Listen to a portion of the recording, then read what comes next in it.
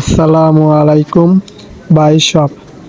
একজন বাগানি যদি এই ভিডিওটি মন দিয়ে দেখে তাহলে শিখে নিতে পারবে টি কলা গাছ থেকে বংশ বিস্তার করে।